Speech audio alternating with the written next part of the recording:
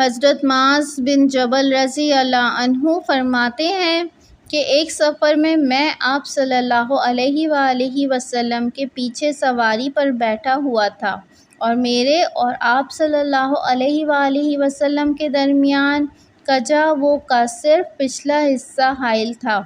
آپ صلی اللہ علیہ وآلہ وسلم نے فرمایا، اے معاذ بن جبل۔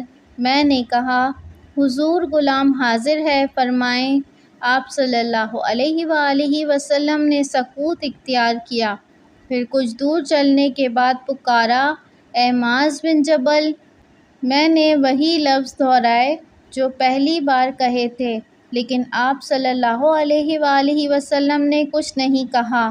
پھر کچھ دور چلنے کے بعد آپ صلی اللہ علیہ وآلہ وسلم نے پکارا، معاذ بن جبل۔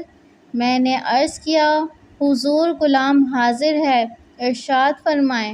تب آپ صلی اللہ علیہ وآلہ وسلم نے فرمایا، تم جانتے ہو اللہ کا حق بندوں پر کیا ہے؟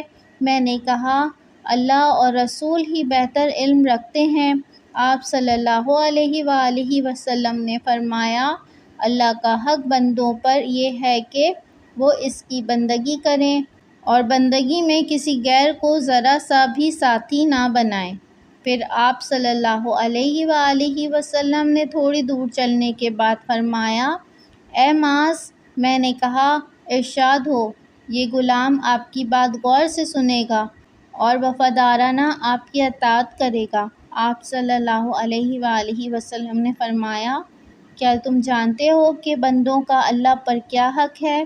میں نے کہا، اللہ اور رسول صلی اللہ علیہ وآلہ وسلم ہی خوب واقف ہیں۔